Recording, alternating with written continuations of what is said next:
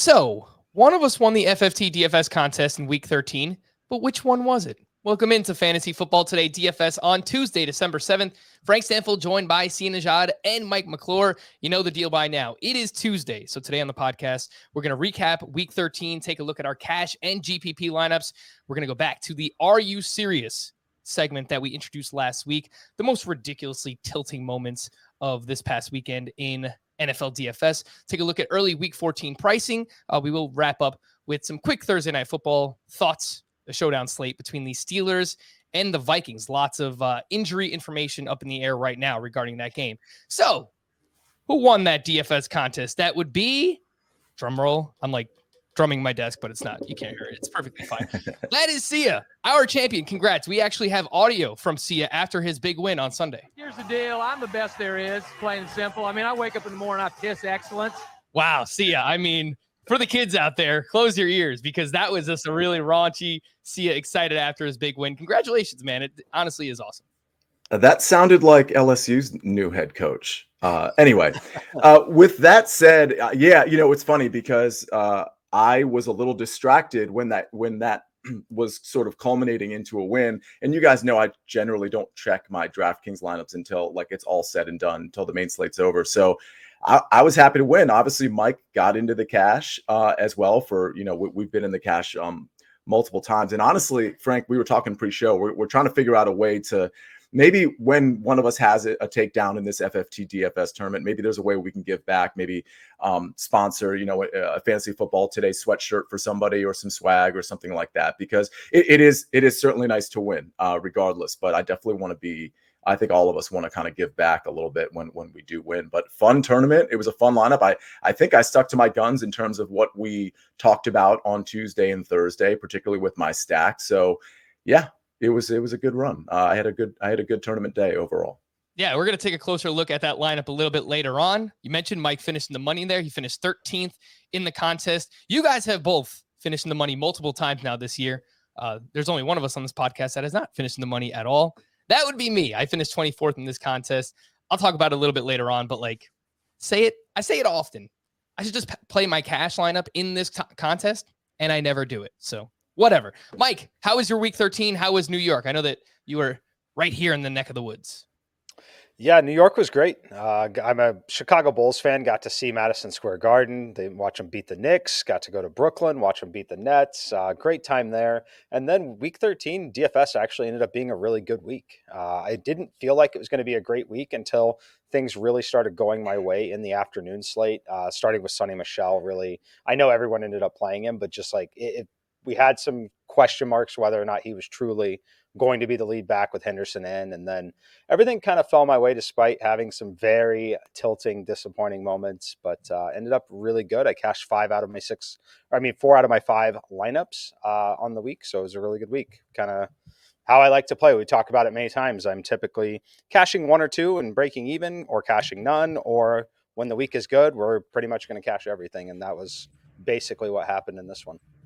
Nice. Yeah, I know this is mostly an NFL DFS podcast, but I was texting you while you were at the Knicks Bulls game on Thursday night, and you got to experience the entire New York Knicks experience because it is just a roller coaster of a season. It's a roller coaster every game. They go down by 20 points at halftime. They storm all the way back. They have a 1-point lead with like 3 minutes left in the game. And of course, they find a way to lose it. So there you go. A microcosm of the Knicks season. You got to experience it right there, live in person. Let's talk about DFS and start with cash game lineup review. And of course, the cash line skyrockets to 168 points in week 13, thanks to all of the value and the chalk that hit on the slate. We had 3 quarterbacks at double-digit ownership. All 3 provided that fire emoji on DraftKings: Tom Brady, Justin Herbert, and Gardner Minshew. At running back, we did have some tough decisions with all of the value. But the top 4 owned all came through in Antonio Gibson, Sony Michel, Jonathan Taylor, and Eli Mitchell. Jamal Williams and Joe Mixon were letdowns. And then we had Alexander Madison and James Conner, who were fine. Wide receiver, 4 over 30% ownership on this slate in cash games. Chris Godwin, Cooper Kupp, Hunter Renfrow, Brandon Ayuk, all except for Ayuk were amazing. Like, we're talking 30-plus fantasy points. These guys were awesome. A little bit further down, we had Deontay Johnson, Justin Jefferson. Both had monster games as well, go over 30 DK points there. Foster Moreau, we knew he was going to be very popular. 70% owned in the massive $25 double up, one catch for 34 yards. So not a great game there for him. Not a great game for Derek Carr. We'll talk about that as well. But the Dolphins DST wound up being the chalk, rightfully so, 34% owned. A little bit more expensive than we're used to spending on a defense, but because we had so much value on the slate, it didn't really hurt to spend up on that defense. And of course, they were going up against Mike Glennon, and whatever defense is going up against Mike Glennon this week, I believe it's the Chargers.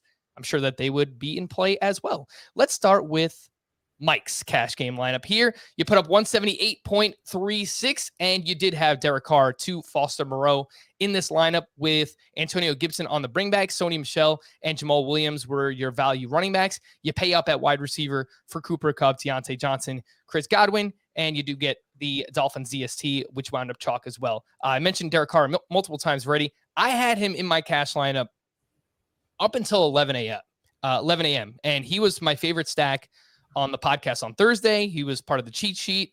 I felt pretty good, obviously, the matchup. But then because of all the value that we had and Sony Michel opening up, I pivoted to Tom Brady. I just felt safer there. So, Mike, why did you wind up sticking with Derek Carr here in your lineup when you could have went up to Brady, you could have went down to Gardner Minshew?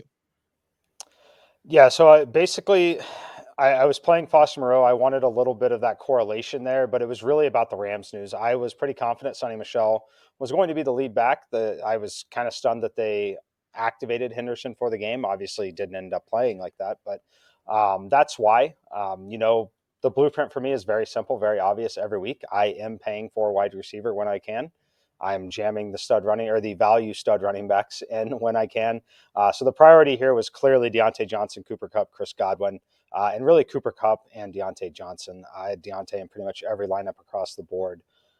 As far as this lineup, look, Sony Michel, big score, 24.9, probably should have been 40.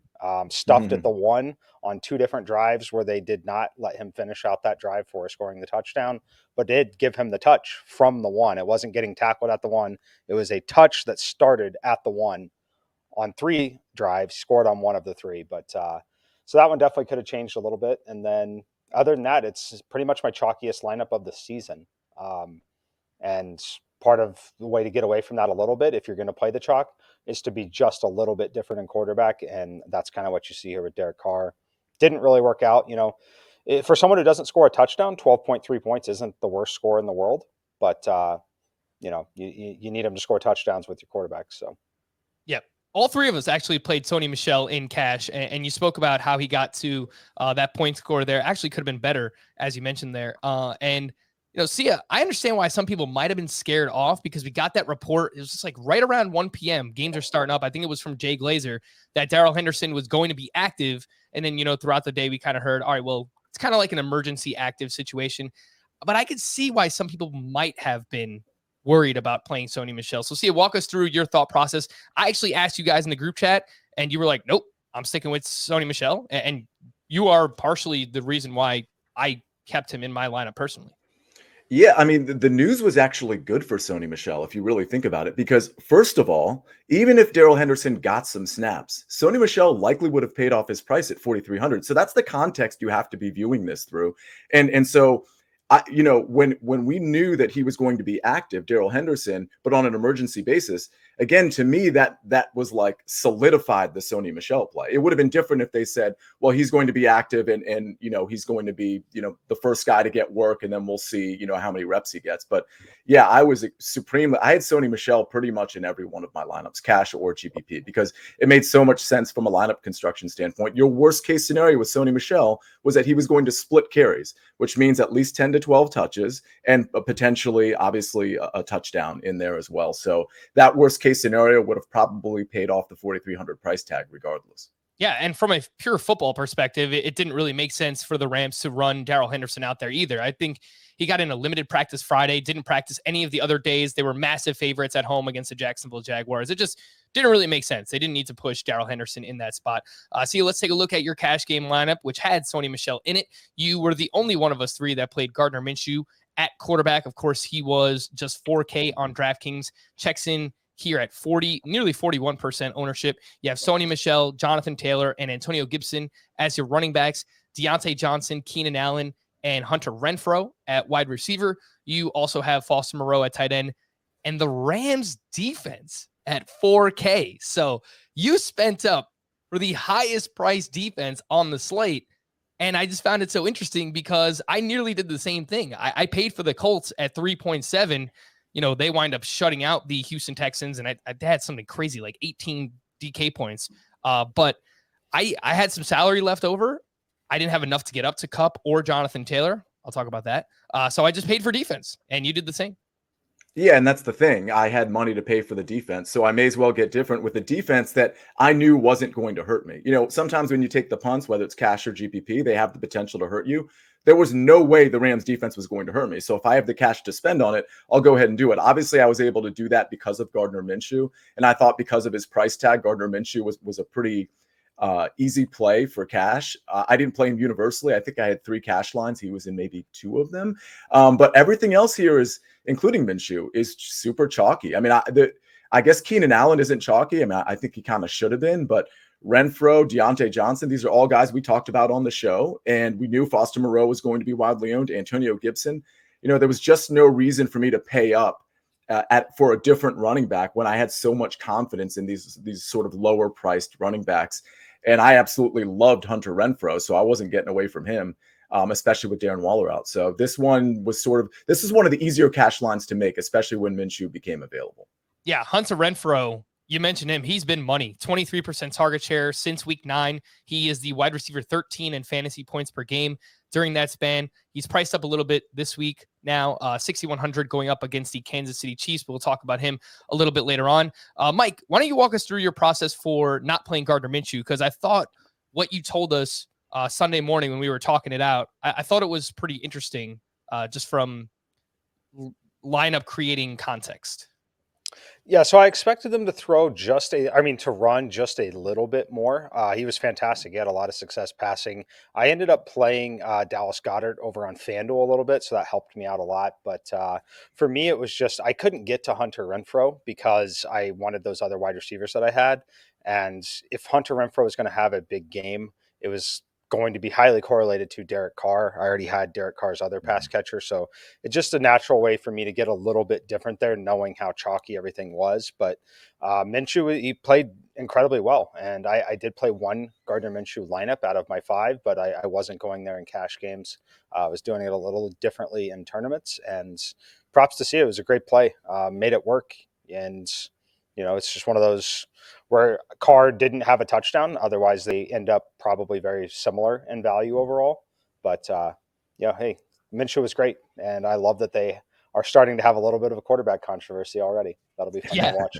Yeah, they have mentioned that they're going to start Jalen Hurts coming out of the bye. But, yeah, Minshew played pretty well. I don't know if any of you guys saw the video, like after the game, him and his pops just like hugging it out. Like he's so hyped. Minshew, look, love him or hate him, like the guy just brings it, man. Like full of energy.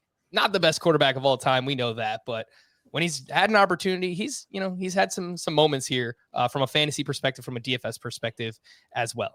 All right, we're going to wrap up cash lineup talk here with mine.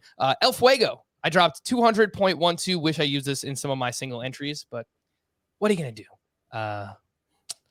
Sucks. Anyway, no real surprises here. Tom Brady to Chris Godwin. I had Sony Michel, Jamal Williams, and Antonio Gibson at running back. Also had Deontay Johnson and Keenan Allen at wide receiver. Foster Moreau at tight end. Colts DST. I feel like we all kind of ran a similar combination of players. We just got a little bit different at the quarterback position. I used no Jonathan Taylor, no Cooper Kupp. I just felt so good about these mid-tier wide receivers in cash. And I believe that's what I said early in the week on Tuesday last week too. Like that was just the shell that we were looking at that point, is like we had all this value running backs, and it's just any week that Keenan Allen and Deontay Johnson are priced in the high 6K to mid 7K range. It's just, I feel like they're going to be in play in terms of cash. Sia, do you think it was bad process to not play one of JT or Kupp, given how much value we had on the slate? No, not at all, especially when you consider the matchups for Deontay Johnson and Keenan Allen and Chris Godwin. I mean, you can make an argument, regardless of the price tags, like remove those for a second. You could have made the argument that all 3 of those guys would have been more successful than Cooper Kupp. And for a half, all 3 of them kind of were. And I'm trying to think of how it actually bore out. I think Deontay Johnson ended up outscoring him, and Godwin ended up outscoring him. Listen, this is PPR on DraftKings, so we knew we were positive outside of an injury that Deontay Johnson and Keenan Allen were going to get heavy volume, and we were pretty sure Chris Godwin was going to get heavy volume too. So no, I don't think it was a mistake at all. I think this is a perfectly constructed lineup, and paying up for Brady makes a ton of sense. If I didn't play Minshew, I would have paid up for Brady. I would have had to have come down off my Rams defense, and I probably obviously would have had to come down on one of my 3 receivers. And so that I still would have cashed. But the point is, there was definitely so many different ways to get to the cash this week, and a lot of it was predicated on value running backs and volume-ridden receivers. And that's what all 3 of us did, and that's why we cashed. Fair enough. Let's move on to GPP this week. You needed a lot of the players we've already talked about today. George Kittle, we have not talked about yet. An absolute monster game in the absence of Deebo Samuel. T. Higgins had a really big game as well. We'll take a look at Mike's lineup a little bit later on that had T. Higgins in that one. Great call by Ucia on Russell Gage. I saw that he was like lower owned and had a really big game last week. He was someone that you were on Thursday's podcast. Let's actually start with this winning FFT DFS contest. Someone named S. Najad 33. Shout out to that guy. He won the contest. Really, really strong lineup here. Pretty similar to a lot that we've talked about. The only real difference for you see here was you went with Elijah Mitchell as one of your running backs, 39% owned, but still came through 17.4 DK points. And Justin Jefferson, who we were all over on Thursday's podcast. Shout out to Jacob Gibbs. Gave us a bunch of stats about how he's basically unguardable in the NFL when it comes to man coverage, and that the Lions, for some reason, we're going to try to use that against Justin Jefferson. And he's just amazing. Jefferson is now the wide receiver 3 in fantasy points per game. So not really anything crazy here, but talk us through the lineup. I have to say, I think I texted you guys a lineup. I'm trying to remember which one it was, but it had the Russell Gage run back and it had George Kittle. But I made a mistake at the running back position, and that's why it ended up placing, I don't remember, like 50th in a contest of like 3,000 or something, and it was just one mistake away from a takedown. That Russell Gage play was just great for everybody who played it.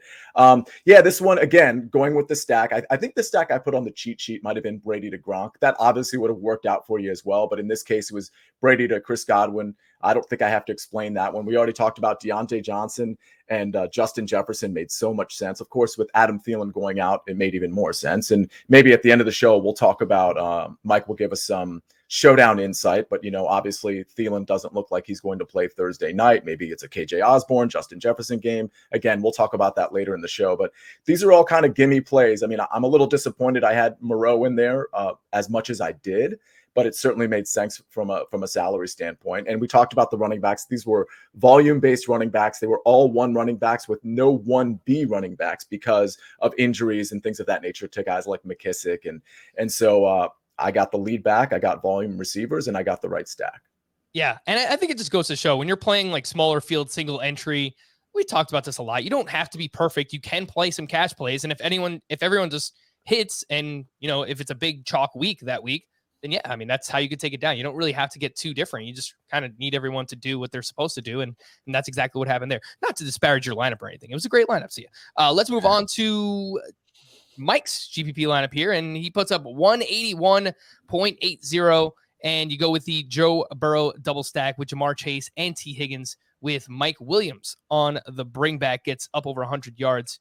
Mike Williams, nice to see that little bounce back from him. Sony Michel and Jamal Williams at running back, and then you have Gronk at tight end, who drops the 21.8 at 15% owned, Deontay Johnson at flex, and of course the Dolphins defense, which was very popular. And while we're giving people reminders, I think you can play chalk in GPP as long as you get different in the right spots. And that's exactly what you did here, Mike. You get Joe Burrow and Higgins. They're both 6% owned or less. And just playing Deontay Johnson, using a wide receiver at the flex instead of Antonio Gibson or any of the value running backs, that automatically makes this lineup different as well. So talk us through it. Yeah, big theme. You've seen it all year. If you're new, you obviously haven't seen it all year. But if you've been here, you've seen it all year. I get different at quarterback a lot.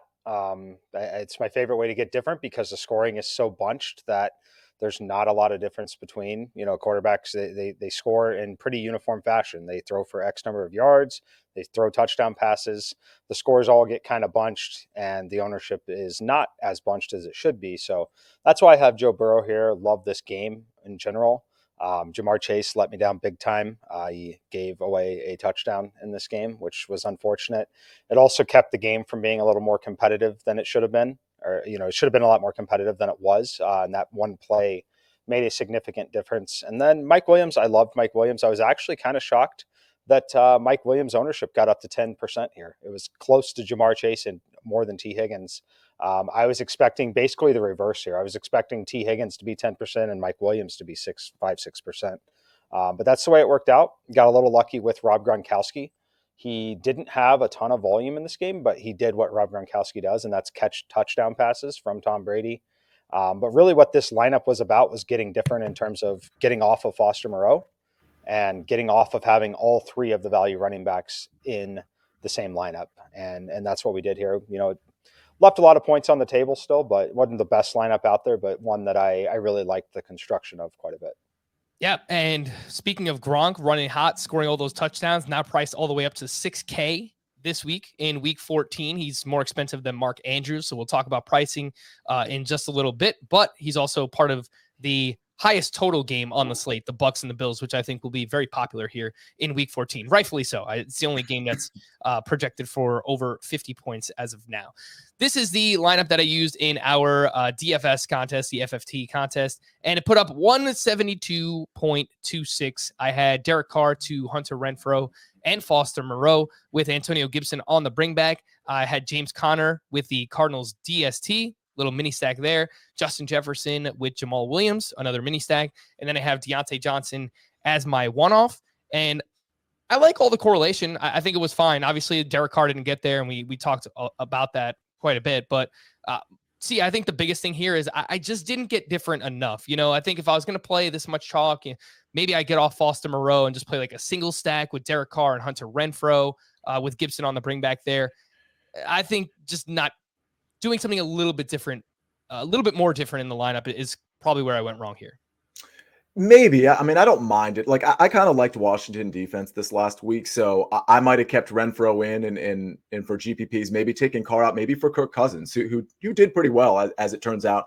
And then you can, come down off the Cardinals defense, maybe to Washington, who were really cheap, and then, pay up somewhere else. Maybe you get off Jamal Williams in that case and get someone else. I like the lineup, though. I mean, I have no issue. I guess with James Conner, that one was interesting. I liked that one earlier in the week, but I ended up coming off of it just because Kyler and DeAndre Hopkins were both healthy. And I was just wondering, it's already such a diversification of targets and rushing attempts. I wondered in that moment if it was going to be a James Conner day. It ended up being a pretty good day, mind you, but I think that would have been maybe the only one I might have come off of. And then I would have also paid down at defense, I think. Yeah. So for Conner, awesome catch, by the way, which turned into, was that the touchdown that he had? I think it was. But anyway, it was a ridiculous catch that James Conner had this past week. And yeah, I thought it was like a good pivot off because we had Antonio Gibson in that same price range. So obviously for GBP, a way to get a little bit more different. And obviously like he's near 13% ownership here, much less than those other chalky running backs that we spoke about earlier. Mike, what do you think about that? The James Conner play pivoting off those others in single entry, or would you have just stuck with the value? Obviously, I didn't use Sony Michel in this lineup, so that was not a great way to go. Mike, you're muted. You're right. Chief was barking, so we're trying to keep the listeners away from that.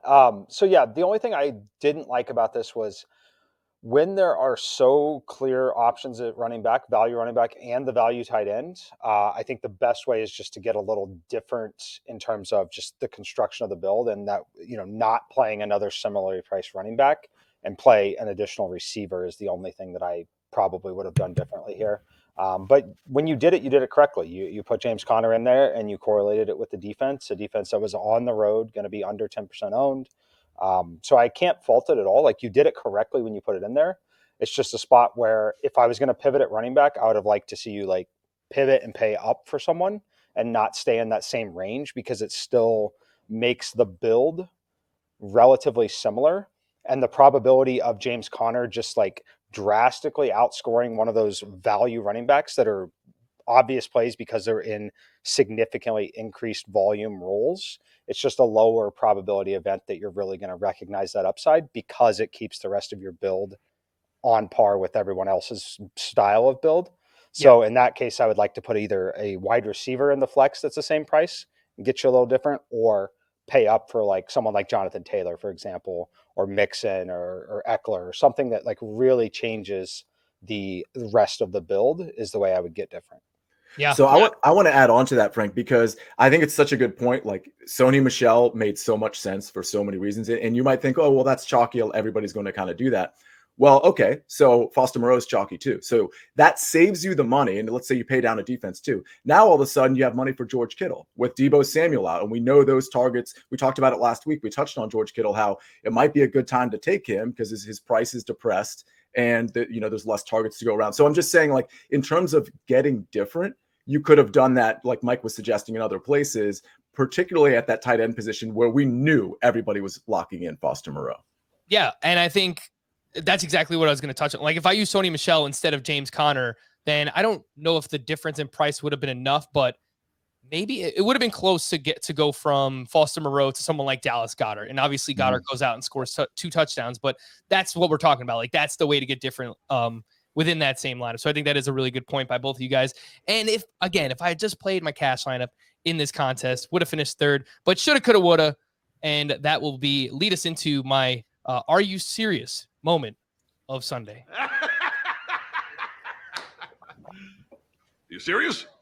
Yep. So that's me. I'm the ding dong. Are you serious? I'm calling out myself. My actual play is Gerald Everett. I mean, 4 receptions for 7 yards. And he had a touchdown, basically hit him right in the chest. He hit off his hands twice. Then he kicked the ball, all of this while it's still in the air.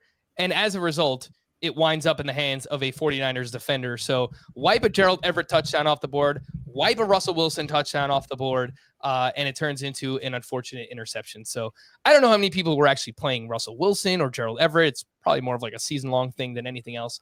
But that was just pretty ridiculous in my opinion. Mike, what do you think, man? Are you serious? What made you say it on Sunday? I said it several times, but I'm going to give one and then maybe a bonus pick at the end, depending on where Sia goes. But mine is definitely going to be Jamar Chase. I had Jamar Chase in 4 of my 5 lineups.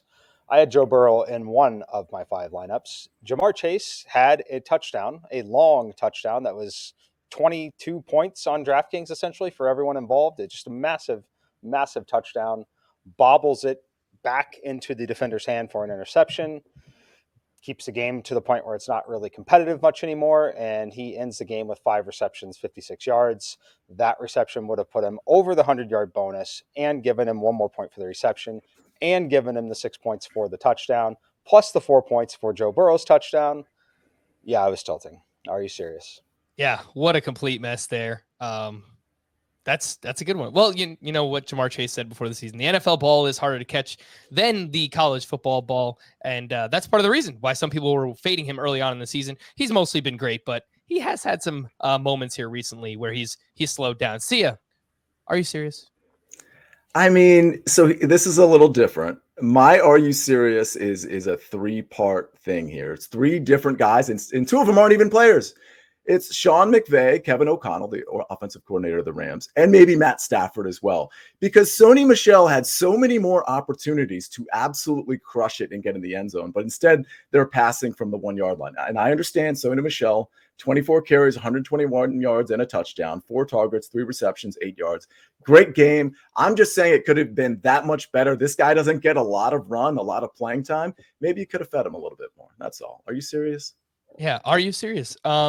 I think they're making it very clear that they want to get Odell Beckham some stats here. So whether it's, throwing him fades on the 1-yard line, but they're going to try and do that every single week. And, in their good matchups, they're going to run up the score. So Stafford did that this past week. Obviously, Cooper Kupp was just amazing. Again, fade him at your own risk. Mike, did you have that bonus you wanted to throw in there, or is that? That's the bonus. Yeah, I just want to tilt Sonny Michel, getting stuffed at the 1 twice and not putting up 36 fantasy points instead of 24, 25. All right. Well, if you the listener or viewer of this program have an Are You Serious moment that's happening throughout the course of Sunday, hit us up on Twitter at Cianajad, at Mike5754, at Roto_Frank. Let us know. Are you serious? Lots of crazy things going on every single football in every single Sunday in NFL football.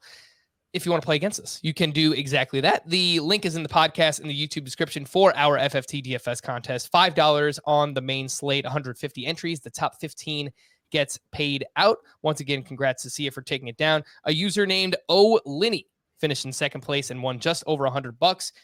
The Don did not win, did not cash. The sneaky picks, again, just so. Josh Reynolds was solid. Jawan Jennings definitely was not. So we'll see if the Don can bounce back here in week 14. We're going to take a quick break, and then we'll come back with week 14 pricing here, Fantasy Football Today DFS. All right, so let's take a look at week 14. Jump right in. Our last week of bye weeks here. 4 teams on a bye: the Colts, the Eagles, the Patriots, and the Dolphins. We have an 11-game main slate with no Packers, Rams, Cardinals, no Justin Jefferson, no Deontay Johnson, no Jonathan Taylor. They are all either in primetime games or, in JT's case, he is on a bye. We currently have just one game with a total over 50 points, and that is the Bills at the Bucks, currently sitting at 52.5, according to Caesars Sportsbook. Likely to garner lots of ownership, and I think rightfully so. We have 3 games that are between 47.5 and 48.5. That includes the Cowboys at the Washington football team, the Raiders at Chiefs, and the 49ers at the Bengals. Currently just one double-digit spread. That is the Chargers, minus 10.5, hosting the Giants. Again, I think likely going up against Mike Glennon, not Daniel Jones, though. I don't know that it really matters at this point. Big injuries to monitor on this slate. Elijah Mitchell is in concussion protocol. DeAndre Swift dealing with that shoulder. Keenan Allen and David Njoku placed on the COVID list for their respective teams. And then Taysom Hill and Joe Burrow dealing with finger injuries. Taysom Hill, if he plays against the Jets, looks like he could shape up as one of the better value plays on the slate. Let's start at that quarterback position. One quarterback at $8K on DraftKings, and that is Patrick Mahomes. And then we have Josh Allen just a little bit lower at $7,800. Tom Brady at $7,600. Again, in that same game, going up against each other. Mike, let's start with you. What do we think about the Chiefs right now? I know normally when they're on the main slate, you are all about it. The total for this game against the Raiders, a little bit lower than we're used to seeing for the Chiefs. It's at 48.5. And I think rightfully so. I mean, the Chiefs, while they are winning football games from an actual NFL perspective, the offense still not doing much. They're averaging 19.7 points per game over their last 6 games. Mahomes doesn't look right. They're really just being carried by their defense. So what do you think about Mahomes and the Chiefs at this point? Yeah, no, their defense has been carrying them. I can tell you that for sure. As it looks like my computer might be frozen as I'm trying to update all these things. So you guys let me know if I'm frozen or not. But yeah, the Chiefs defense has absolutely been carrying them. I'll still be interested in Patrick Mahomes this week at the top. I love that they get to play at home again. I'll have some interest in Derek Carr on the bringback, frankly. He still racks up yards. I think they're going to have to pass a lot against this offense or against this Chiefs defense. Other than that, Taysom Hill is who stands out the most right now. I love the matchup for him. I think he's going to be in there. They might have Alvin Kamara back. It might open things up for him. Tom Brady against Buffalo, I think it's another spot. I think that game is going to be more of a shootout than we think. I think that some of the injuries on the Buffalo side will be more obvious in this matchup than they were in the weather game that we saw last night. And then another one for me, must-win game really for Baltimore. I think it's a good week to pay up for Lamar Jackson in tournaments. I don't think there will be much attention at all on him. So I think he's going to be one of my favorite tournament plays this week. Lamar Jackson, 7,400 at the Cleveland Browns this week. That pricing, of course, is over on DraftKings, the 4th highest priced quarterback on the slate. Regarding Tom Brady, I have a feeling he's going to have to throw the ball a little bit more than just 3 times, like Mac Jones had to do on Monday Night Football. And we have yet to see a quarterback and a passing offense actually play against this Bills defense since Tre'Davious White has gone down over the course of a full game. So I think that's something definitely to keep in mind. I think Dak Prescott could garner some ownership and be decently popular. He's 6,700 at the Washington football team. Spoke about how bad their defense has been. And then, of course, last week they look pretty good against Derek Carr. I think there are going to be some people interested in value plays as well. Taysom Hill, 5,600, as I mentioned. Taylor Heineke, $100 less on DraftKings going up against the Cowboys. Cam Newton, $100 less going up against the Atlanta Falcons. Sia, what do you think about the quarterback position here in week 14? Yeah, for tournaments, to me, it's all about paying up for quarterback. I think in cash, I'm going to consider some of those lower end options, including Cam Newton. But yeah, I like Patrick Mahomes. The one thing I want to just point out, it looks like, and again, this is like 6 days out, it looks like it's going to be pretty windy that day. And I know that's ridiculous for me to say, but I'm just looking at initial weather reports. So it's certainly something to monitor. If the wind gets between 15 and 25, that's when you start to kind of wonder, is it going to influence the pass game? Truth is, most defenses are forcing Patrick Mahomes to kind of throw the shorter area routes to Kelsey and even to Tyreek Hill. So it might not really affect him that much anyway, but it's just something that, to be aware of. I like Tom Brady quite a bit. I've been on him all season. I'm not intimidated in the least by the Buffalo defense when it comes to Tom Brady, particularly at home. Actually, it's funny. I was on Twitter with some people earlier today talking about Tom Brady's splits at home and on the road this year. I don't really buy into those splits much. I think they're more matchup dependent than they are just home versus away. But he does have, the touchdown splits are pretty significant, home versus away. But then, of course, you see what he did against Atlanta last week in Atlanta. So Tom Brady is probably going to be number one on my list. And then Patrick Mahomes right after that. I will have some Josh Allen as well. Good potential bounce back spot for him against the secondary that is getting healthier, but still isn't very good. I don't think I'm going to be on Lamar this week. Something's certainly off, and that will mean the ownership is low. So it's certainly a good GPP play. I just don't think I'm going to get there.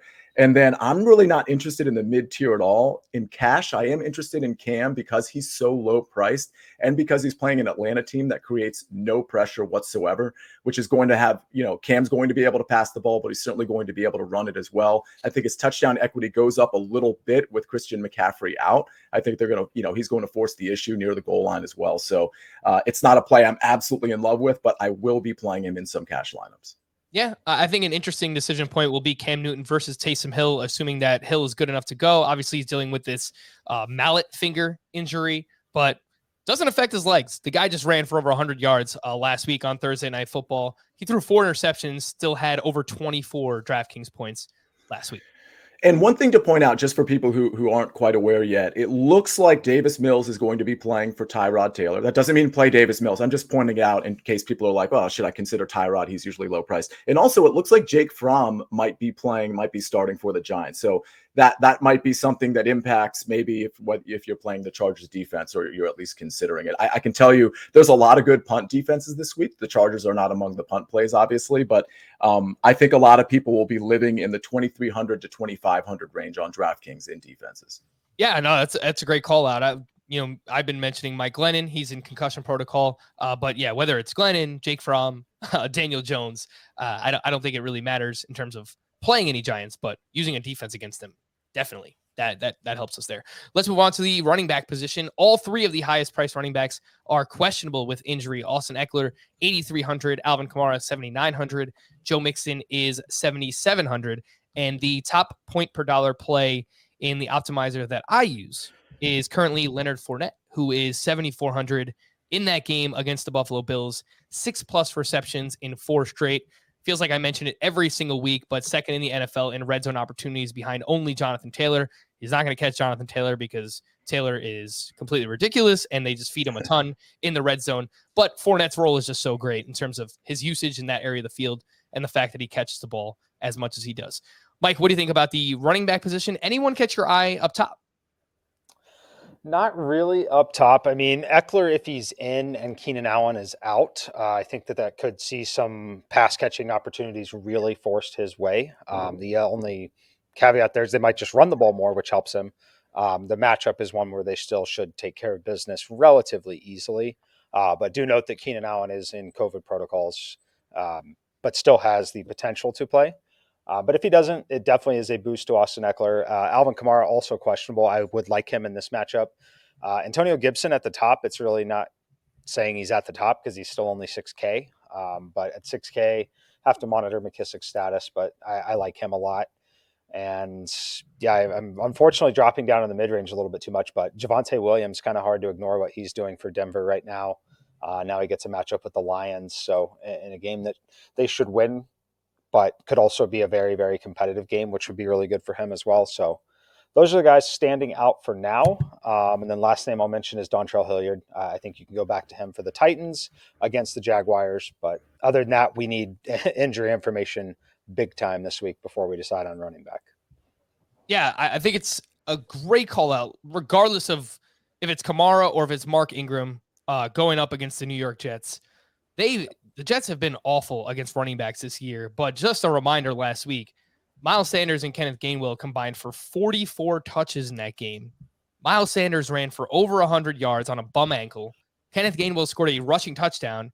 Gainwell also had 5 receptions in that game. I mean, just imagining an Alvin Kamara that is even somewhat healthy, I mean, he can just go absolutely ballistic in this matchup against the New York Jets. A few other call-outs in that mid-tier. Mike, you mentioned Javonte Williams. If Melvin Gordon can't go again, he's 5,900 going up against the Lions. We'll see what happens with J.D. McKissick and Washington. But again, if he's out, Antonio Gibson did not get nearly enough of a bump. He's now 6K, and they are winning games, and they're doing it by feeding Antonio Gibson, looking healthy ever since that bye week. We'll see what happens with DeAndre Swift as well, but Jamal Williams down there at 5,500. He wasn't great, obviously, in that game last week. Sia, what do you think about the running back position in week 14?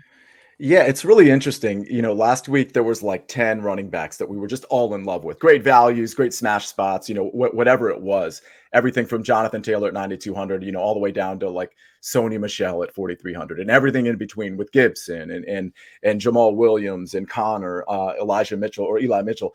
Here, there's not much of that, at least not yet, but I think some is going to open up. Just at the top, I do like Austin Eckler. Let's monitor all the injury situations, of course.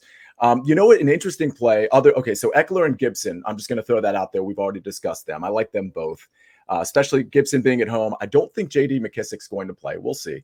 Saquon Barkley, though, I think might be a smart play because, again, I think people are a little disenchanted with Barkley. His price is still very low. He's not getting all the rushing attempts, don't get me wrong, but he is getting a lot of target work. So I think, especially with Jake Fromm coming in, I do think they're going to lean on Saquon Barkley a little bit more than they have the last couple of weeks.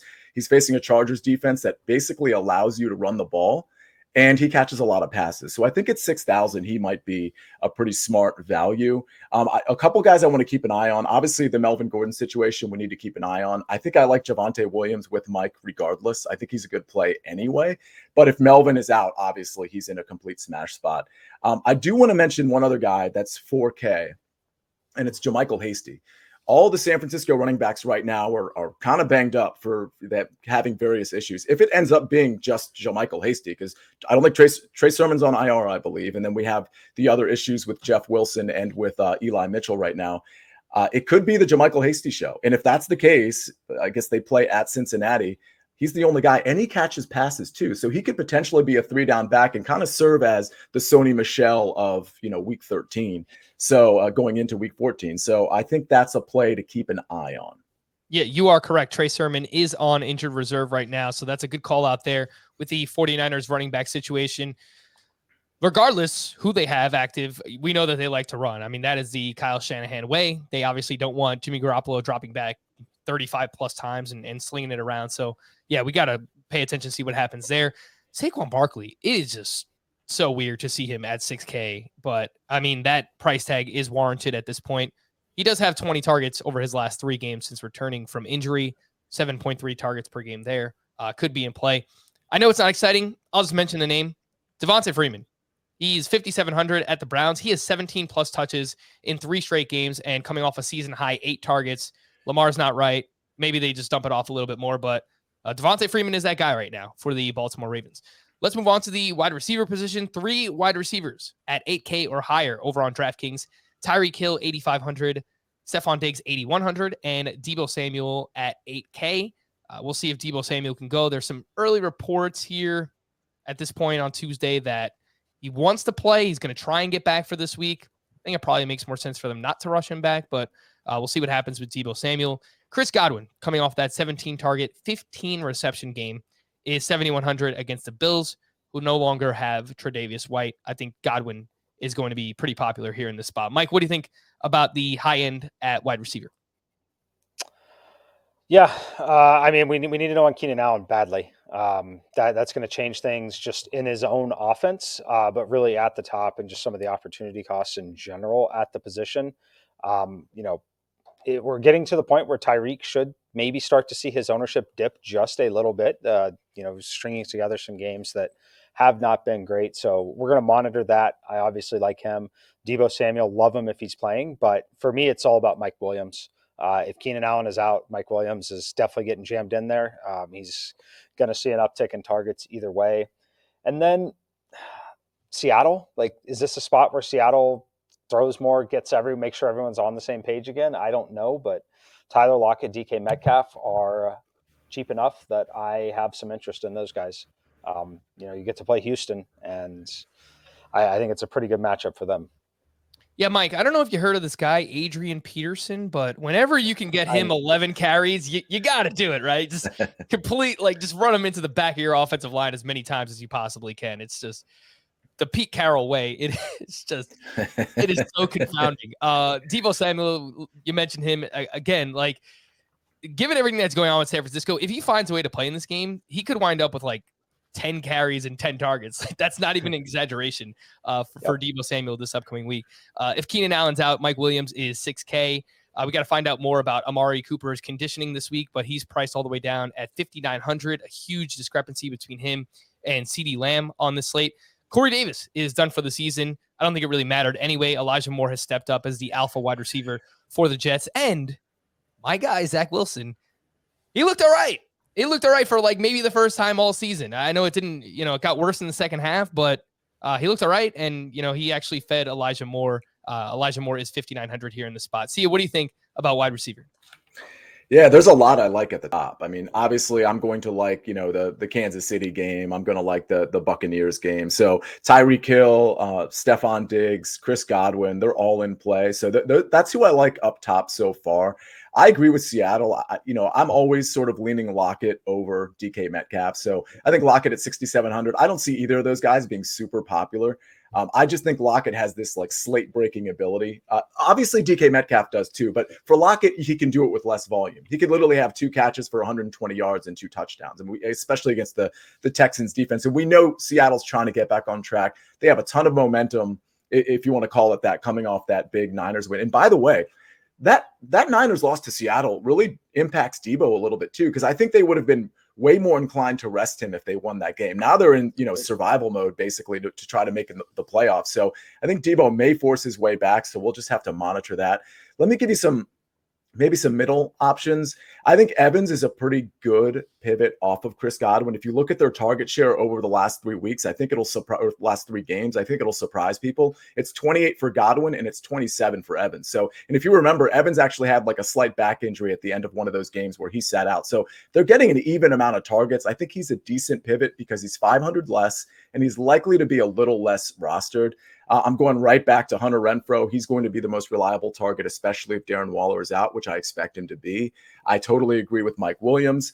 Let me give you a punt play. If Keenan Allen is out, obviously Mike Williams is in a great spot, but I think most people are going to think of Jalen Guyton because he's just the guy who's just getting probably more of the receptions. I haven't looked at their targets compared to guys like Josh Palmer, but it's Josh Palmer who I like because I think he's going to simulate the Keenan Allen role a little bit more than Jalen Guyton, who's averaged up the target is a little bit longer. He's more of a field stretcher. So I think Josh Palmer at 3,000, if Keenan is out, is going to end up being a really nice punt play. Yeah, I really like that call out on Josh Palmer. A lot of smart people who watched the film coming into the season were big fans of Josh Palmer. So we'll see what happens with Keenan Allen. That is probably the most pivotal news, I would say, on the slate as of now, him and both Deebo Samuel. I will mention one more name, Julio Jones, 5,400, going up against the Jaguars. He was activated off of IR, and we know that the Titans need all the help that they can get right now in terms of skill position players. So if he's active for that game, and can make it through the game, there is a chance he could see like double-digit targets in that spot. And I want to call out one other guy because I'm looking at that range. I'm looking at Julio Jones. I see Jarvis Landry there. He gets no attention, but he's going to get the targets there, especially with some tight ends being out for Cleveland. I think he's a pretty smart play at 5,400, especially considering Baltimore's secondary is pretty bad. I think Landry, they're using him almost as an extension of their run game with those short area routes. I think he could pile up a ton of catches in this game. I don't love it, but I think it's an interesting pivot. I'm going to piggyback off that one, and we didn't mention him when we were talking about running backs, but Kareem Hunt in the squeaky wheel, if, David Njoku isn't there and there's one less tight end on the field, then Kareem Hunt, maybe he sees an uptick in targets, whatever it might be, 5, 6, 7 targets. Go ahead, Mike. Yep. Just while we're throwing names in there, I'm going to throw in a value play wide receiver, Laquan Treadwell, 3,400 for the Jaguars. Seemed to like him. He had 8 targets the week before, 5 targets last week, 4 catches, 53 yards, 4 catches, 62 yards. Obviously, the touchdown equity is minimal on an offense like the Jacksonville Jaguars. However, this Titans team is banged up a little bit. It's not going to surprise anyone if this game remains competitive throughout or if Tennessee allows yardage. At 3,400, if we don't get the value that opens up at certain positions throughout the week, I think you could do a lot worse, and he could basically be the normal punt tight end that we all kind of like. This profiles is a week that we'll talk about here in a few seconds where you might be spending up at tight end, so we might have more of a need for the $3,400 wide receiver. Yeah, let's just make that a Tuesday tradition, Mike, where we call out Laquan Treadwell as long as he remains under 4K. He's on the field. He's playing, obviously, the Jaguars, constantly playing from behind and dealing with injuries to their best skill position player in James Robinson there. Let's wrap up here with tight end Travis Kelce up at the top. He is 7,400. George Kittle coming off that monster game. He is 6,900. Gronk now priced up at 6K. He is $100 more than Mark Andrews. And then I think when we're looking at value, your boy Logan Thomas tore the, I think it's ACL, MCL, maybe everything in his knee. So that's unfortunate because he came back recently. But we might have to break out the headband again because John Bates is down there at 3K. I didn't know Gerald Everett's coming off like that awful game and are you serious moment of the week, but he's only 3,500. Targets have been there. Really strong matchup against the Houston Texans. So, Mike, what are we thinking? Travis Kelce up at the top? I like Kelce. I like Kittle at the top. I told you I like Lamar Jackson a little bit too, so I'm going to play Lamar Jackson to Mark Andrews in this game as well. But I love the tight ends at the top. I will most likely have some double tight end lineups this week because I think that, I'm obviously taking a shot on Kelce, but with Kittle, I think that he's basically a mid-range wide receiver, especially if Debo remains out and they're banged up at running back. I think that those targets and some of the yardage and the touchdown equity are pretty safe at his price point. But if I'm going value, you mentioned it, it's John Bates. And then I don't hate getting cute with Foster Moreau. Once again, I think, depending on how the injury news shakes out, but we project the Raiders offense to be in a position where they have to throw the football no matter what. So I think that that's an interesting time to tilt everyone in the DFS community as they are not enjoying their Foster Moreau experience from last week. I think many people will be playing him this week. Yeah, and he's priced up to 4K too. So I think, people will see that he let us down last week and he's $1,300 more.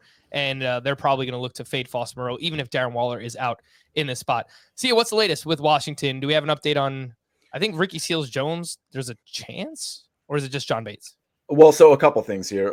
It doesn't look like Logan Thomas actually tore his ACL. That news just broke, maybe a little bit ago. But yeah, so he still has an injury. He's certainly not playing anytime soon. We'll see about the MCL, the LCL, PCL. I mean, there's probably some sort of sprain in there that's going to keep him out the next few weeks. But good news there, Logan Thomas, who's really a promising tight end for the Washington football team, so talented, and you really every play he gets targeted, you can kind of see his talent. Ricky Seals-Jones practiced on a limited basis last week, so I expect him to play. He has that hip injury that can be a little tricky.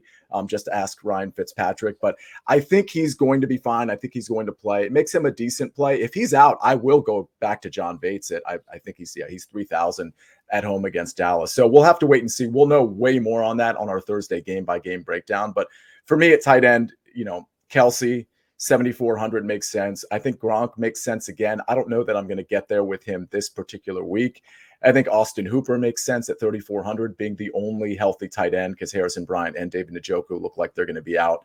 But there's not a wealth of tight ends that I like this week. Maybe Thursday it'll change and we can talk about that. But Kelsey, Gronk, whoever's playing for the Washington football team, and maybe a shot at Austin Hooper.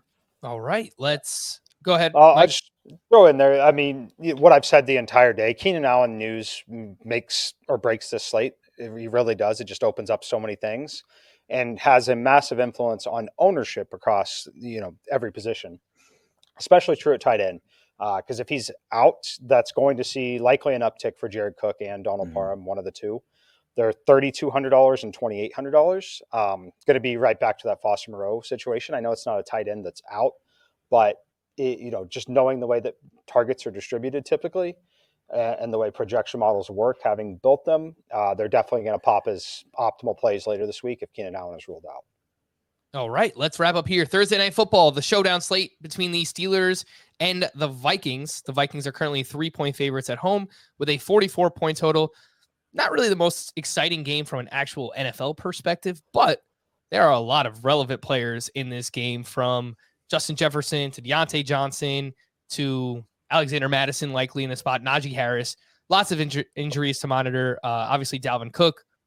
Adam Thielen dealing with this ankle injury, probably looking more like doubtful than anything. Chase Claypool also dealing with an injury as well. We could be looking at big games from KJ Osborne. Tyler Conklin, I think, could be pretty popular. If you want to just spend down on the replacements, D.D. Westbrook is cheap at 2,200. Mike, what are we seeing so far with this showdown slate?